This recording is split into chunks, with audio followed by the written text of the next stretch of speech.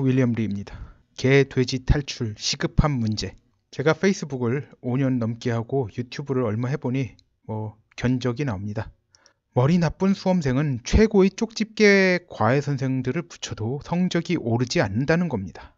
저는 여러분이 개, 돼지 취급당하는 상황을 조금이라도 덜어드리겠다고 진력을 다하는데, 개, 돼지 취급받는 삶에서 탈출하고자 하는 의지가 없는 분들, 자기 스스로 생각하는 능력이 너무 떨어져 경험으로부터 직관이 형성 안 되는 분들은 저로서도 수가 없습니다. 농간으로 선제해서 4대4였던 걸 8대0으로 만들고, 지난 대선에서 홍준표로 사람들을 몰아간 것에 이어 세 번째 농간을 부리는 상황에서 현실을 설명해도 못 알아듣는 건지 알아듣지 못하는 척하는 건지 정말 한심합니다. 페이스북하고 유튜브에서 제가 봤을 때 가장 기쁜 댓글은 다음과 같은 거예요. 퍼즐을 맞추는데 못 찾던 조각을 찾던 느낌이라는 답변이에요. 이분들은 제 글이나 저희 방송을 듣기 전에 상황 파악을 상당 부분 하신 분들이에요. 다만 이제 퍼즐 조각 몇 개를 못 찾는 느낌이었는데 제 이야기를 들으면 못 찾던 퍼즐 조각이 그 자리에 딱 맞는 걸 아시는 겁니다. 진짜 이런 분들이 더 많으셔야 됩니다. 저에게 근거를 바라시는 분들에게 죄송한 말씀이지만, 일단 근거는 물론이고 정보 자체도 정보 소스 보호를 위해 말씀 못 드리는 게 많습니다. 예를 들어서 최근에 나온 거, 김진태 캠프에서 나온 답변이요. 그건 그대로 말을 하면 그분이 정보가 새어나간 데가 바로 나옵니다. 그래서 제가 그걸 말씀 못 드리고 있습니다. 나중에 시간 한참 흐른 후에 이야기를 해드리겠습니다. 그리고 제가 그 모든 것에 근거를 대려면 CIA나 모사드급이 되어야 합니다. 아니면 이란 대혁명 발발을 CIA보다 일주일 먼저 예측한 미츠비시 종합상사 정도 돼야 합니다. 제가 그만한 역량이 있으면 영상을 이렇게 만들겠습니까? 그리고 목소리도 저보다 더 좋은 사람을 갖다 썼겠죠. 본인들이 그렇게 근거 확실한 정보에 목마르시면 전 재산 다 털어서라도 직접 돈 주고 사시기 바랍니다. 앞에 언급한 퍼즐 조각을 맞추는 능력, 그러니까 어떤 게 자기가 못 찾은 퍼즐 조각인지 인식하는 능력부터가 우선이에요. 하여튼 그런 능력이 있는 분들 아니면 제 페이스북이나 제 방송을 믿지 못한다고 해도 저로서는 할 수 없는 노릇입니다. 이런 혼탁하고 시계가 제로인 상황에서 눈앞이 1m도 안 보여요. 앞도 안 보여요. 경험에 의한 직관도 쌓이지 않은 분들을 납득시키는 건 제 능력 밖이고, 저로서도 그만한 노력을 기울일 가치를 못 느낍니다. 자, 처음 이야기 시작하겠습니다. 제가 지금까지 올린 영상과 포스팅 보고도 적화 걱정하시는 분들 아직도 있습니다. 참 답답해요. 이건 여러분 집을 향해서 불도저가 돌진 중인데 멀리서 포탄 날라올지 몰라 떠는 거는 마찬가지입니다. 문제는 포탄 쏠 대포들이 지금 제대로 작동하고 있지 않은데 말이죠. 지금 김정은 수준이 자기 참모들이 충직한 직원을 하면 네가 나보다 잘났어 하면서 강제 수용소 집어넣는 정도예요. 자, 북한 최고의 트럼프 전문가라고 할 수준인 한성열이 지금 강제 수용소에 있습니다. 살아 못 나오던지 폐인이 돼서 나올 겁니다. 한성열은 영어가 능숙하고 트럼프가 대통령 후보로 부상하기 훨 전부터 그의 저서를 즐겨 읽어 트럼프가 어떤 사람인지 북한에서 가장 잘 파악하고 있는 사람이라고 해도 과언이 아닙니다. 미북 회담 관련 제의서 내용이 김정은 심기를 거슬려서 강제 수용소에 들어가게 된 것으로 알려져 있습니다. 그게 거의 정치범 수용소 바로 아래 단계라고 합니다. 그리고 어제 말씀드린 대로 호위 총국 장교들 군기를 잡겠다고 심지어 그 장교를 공개 총살시키고 그러다가 작년에 호위 총국 장교들이 들고 일어나서 시해당해 죽을 뻔했죠. 12월 달이었습니다. 삼국지에 나오는 오나라 손호에 못지않은 암군이라 할 겁니다. 이게 김정은 말이에요. 참고로 손호는 오나라 마지막 황제며 손권의 손자입니다. 누군지 궁금하면 구글링을 좀 해보세요. 이렇듯 악의 천지였던 그의 아버지, 할아버지 김일성도 악의 천지였죠. 근데 김정일이 사실 좀 더 단계가 높은 악의 천재, 더 잔인하고 더 머리가 잘 돌아가고, 그런 그의 아버지 김정일과 달리 김정은은 집권 내내 자충수만 계속 두고 있으며 일부는 상당히 치명적 자충수들입니다. 지가 주도한 화폐개혁 시작할 적에 저는 100% 실패할 거고 나중에 실패 책임을 남에게 뒤집어 씌울 거라 봤더니 결국 그대로 그리하더군요. 그리고 지금 남한의 상황을 보겠어요. 한국에. 문재인은 지금 검찰을 길들이게 두고 고위공직자 범죄수사처, 약칭 공수처 신설을 밀어붙이는데요. 이 검찰 조직에는요, 지네들이 대통령과 권력을 공유한다는 시건빵진 사고에 가득 찬 검사들이 우글거립니다. 일면 검찰이 청와대의 개같이 굴기도 합니다만 자기네들 영역이 분명해 이를 건들면 청와대고 뭐고 물어뜯겠다는 인식이 분명합니다. 박근혜가 탄핵당하고 구치소에 있는 것에는 검찰이 이런 생리가 많이 작용했습니다. 박근혜가 LCT 건드렸다고 검찰들이 박근혜 축출에 동조했던 겁니다. 당시 법무장관이던 김현웅, 검찰총장이던 김수남은 검찰의 편에 확실히 섰죠. 황교안도 그런 태도를 취한 게 아닌가 봅니다.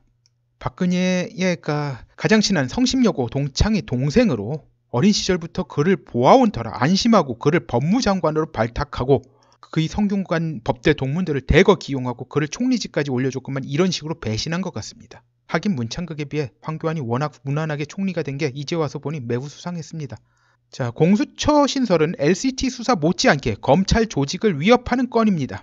이젠 검찰이 청와대에 대해 주제 파악을 시키려 길들이려 나설 겁니다. 이 정도면 홍석현도 말리기 힘듭니다. 그러니까 홍석현도 자기 페이스가 있을 거 아니에요. 문재인 정권을 갖다 무너뜨린 페이스가 있어가지고 웬만큼 그걸 갖다 거기에 맞추려고 하는데 검찰들이 이제 이 정도면 응해주지 않습니다. 일단은 청와대 길들이기 들어갈 수밖에 없습니다. 뭐 길 안 들려고 덤빈다면 청와대 무너뜨리는 수밖에 없어요. 황교안이 자한당 당대표가 된 후에 본격적으로 검찰과 청와대의 피 튀기는 싸움이 시작될 것이라고 봅니다. 왜냐면 이게 문재인 측도 얘네들이 물러설 애들이 아니에요. 새가 만만치 않아요. 그쪽도. 보면은 검찰총장 문재인이 임명했죠. 저기 법원에 이제 대법관 문재인 임명했죠. 지금 그리고 법원 행정처를 갖다 문재인 측에서 잡고 있습니다. 그래서 김경수 재판 2심 재판관이 완전 우리법 연구회 사람으로 지정됐죠. 안심하고 한 거예요. 안심하고. 근데 그것도 몰라요. 우리법 연구회건 너희법 연구회건 간에 그 사람도 양다리 걸치고 있을 수 있어요. 문재인 측에 충성을 할지 아니면은 홍석현 측 말을 들을 수도 있어요. 그럼 모를 일이에요. 게다가 전에 말씀드린 대로 현재 한반도가 미중 양국의 군사적으로 매우 중요한 위치가 되었습니다. 내년에 실전 배치될 항속거리 12,000km SLBM, 이거 중국 거죠.